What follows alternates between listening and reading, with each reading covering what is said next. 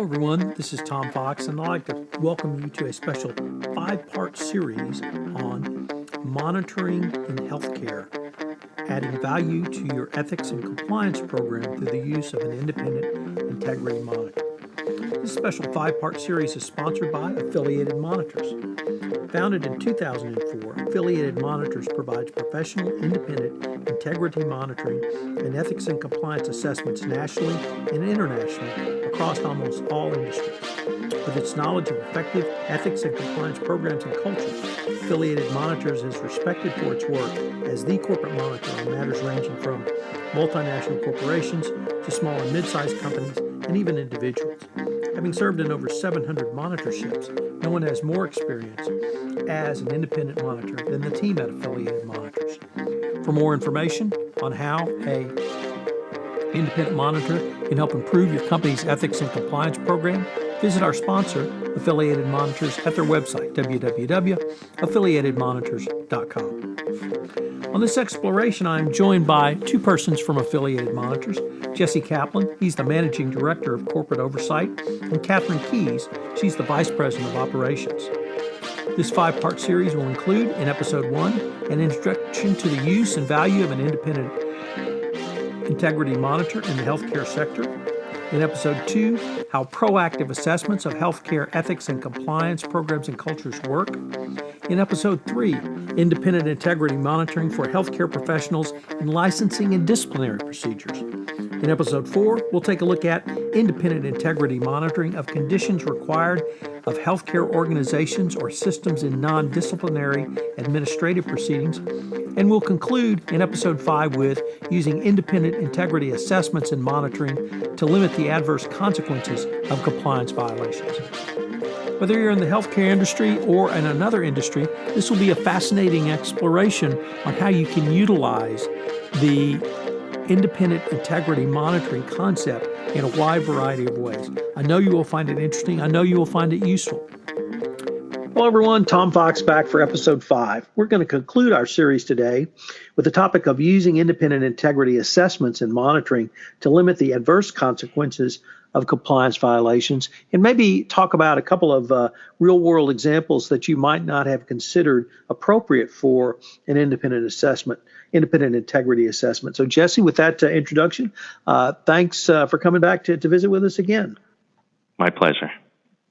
So let me just jump right into it and ask you, can an independent integrity review and monitoring be helpful where a healthcare organization may have reason to believe that it has an actual or even potential compliance program, but has not yet been subject to an enforcement action or a corporate integrity agreement imposed by the government? And let me just throw in as another wrinkle, something as really outside of the box thinking as the opioid crisis. Yes. So actually, the answer is yes. Using an independent integrity monitor or reviewer can absolutely be helpful to a healthcare organization where they have a reason to believe that they may have compliance violations, including, for instance, issues with excessive opioid prescribing. But before the government comes in and starts dealing with the organization. So if you like, I'll give you some examples of how engaging in an independent integrity monitor can help in these types of circumstances. So first of all, just a little bit about my background. So I have been on the enforcement side, having worked for the U.S. Department of Justice and for an Attorney General's office. And based on my experience, I know that the government doesn't necessarily want to lose good healthcare providers, whether it's hospitals and having them. They don't want to have them excluded from government programs. They don't want physicians losing their license. What they want is they want to protect the public by making sure that the quality of care meets minimum standards and hopefully above, and that the money being spent, particularly government money being spent, is being spent effectively, efficiently, and basically, and not being fraudulently provided to practitioners. So their objective is not to lose healthcare participants in the industry. Having said that, we also know that the government requires, in many instances, that when an organization finds that they have a compliance problem, that they have to report that problem to the government. Not only do they want that provider or that healthcare organization to report to the government, they expect that provider to have investigated the causes for the violations and the scope of the violations, to have remediated those violations, and to put into place a program where the government and the public can be confident that those types of violations and concerns are not going to happen again. And that's where an independent integrity monitor can be very useful when the organization thinks they have a problem, but before the government comes in. Because an independent integrity monitor can be brought in to help assess the compliance program, to make recommendations, and can be available then to monitor that the remedial recommendations are being implemented.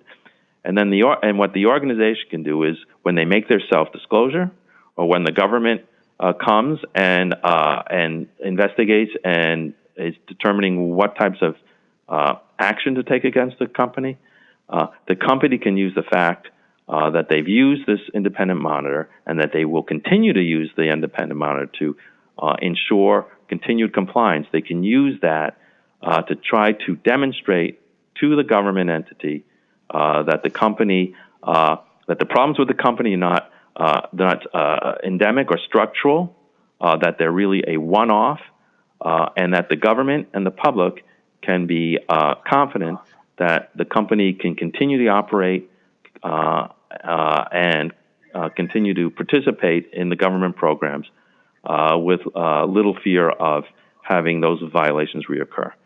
So I know that was a mouthful there, but that's where an independent third-party monitor can really be very helpful. And we've done that, and we've seen that in situations where, because the healthcare company was able to demonstrate to the government that their problems were not indicative of a structural problem with their compliance program, or a structural problem with the ethical culture of the company, and that the company had offered to have their remedial measures monitored over a period of time, that was able to convince the government that this company should be able to continue to operate.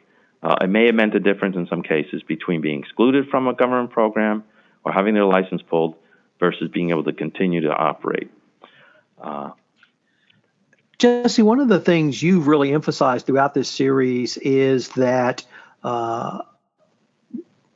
one of the key differences in healthcare, as opposed to perhaps energy or tech or you name the commercial enterprise, is that the government and the regulators would prefer not to exclude important healthcare providers from the healthcare industry, and even if they have compliance issues. So could you explain in a little more detail why that is? Yeah, and that's a really good point, Tom. So access to quality providers is a continuing issue within the healthcare industry. And particularly for government programs like Medicaid, not every healthcare provider is willing to participate in Medicaid programs. And particularly for vulnerable populations, areas like treatment for substance abuse or treatment for mental health. In many, many regions of the country, there is just inadequate numbers of providers available to treat those populations.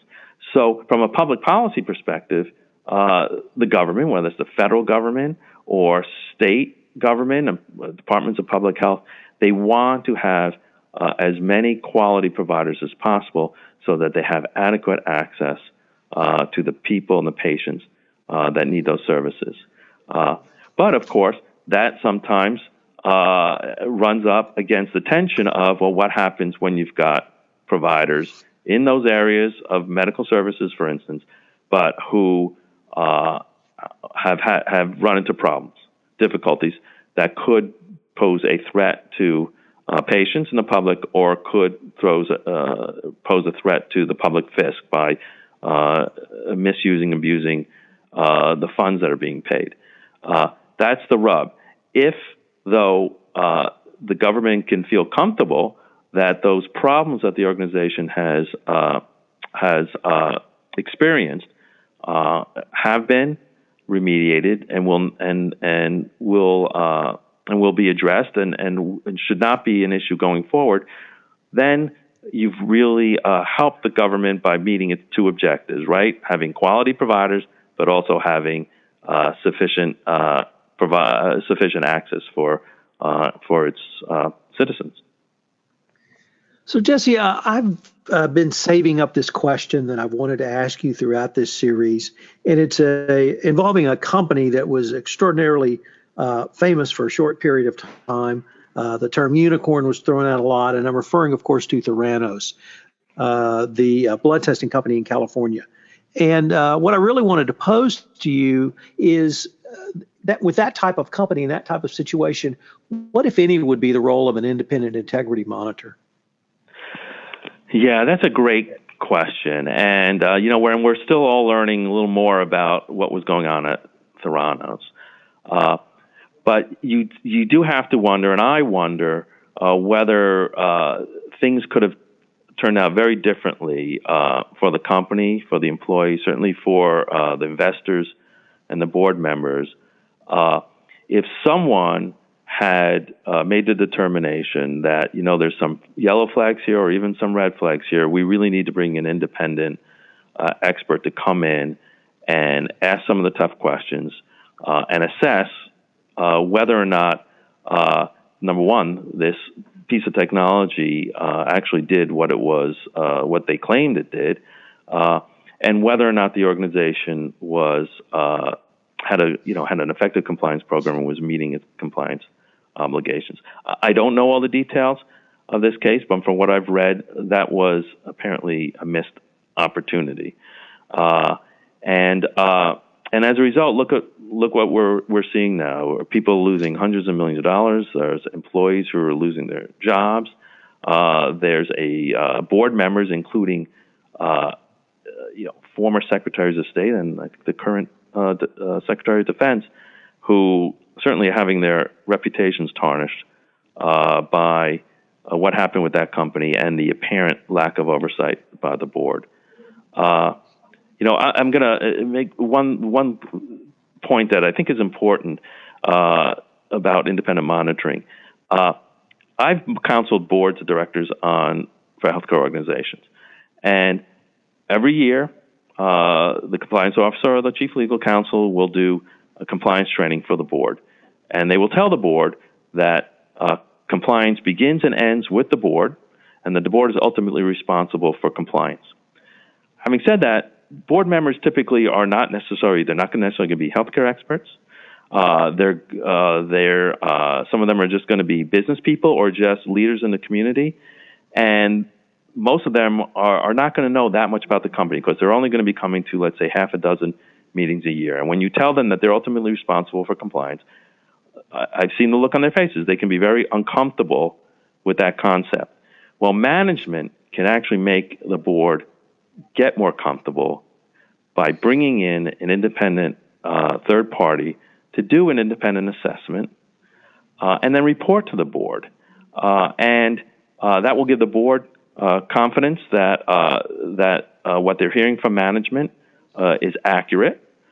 If this third party finds gaps, that those have been identified, and then they can direct management to address those gaps. So the point here is that I think management can actually do itself and its board a real service by on a periodic basis bringing in someone to actually do an assessment of the organization's compliance program and ethical culture. So, Jesse, unfortunately, we're near the end of our time. This has been just a fabulous series throughout the week. We've been visiting on monitoring in healthcare, adding value to your ethics and compliance program, really through a variety of tools, techniques, and services that not only you, but affiliated monitors brings to the table. I really want to thank you again, and I look forward to continuing the conversation. Thank you, Tom. It's my pleasure. Hello, everyone. This is Tom Fox. Thanks again for listening to this 5-part series on monitoring in healthcare. If you have any questions for me, you can contact me at tfox@tfoxlaw.com. If you have any questions of affiliated monitors, I would suggest you check out their website. It's got a lot more information on some of the topics that we've talked about on this podcast series and much more. This special 5-part series of monitoring in healthcare, sponsored by Affiliated Monitors, is a part of the Compliance Podcast Network.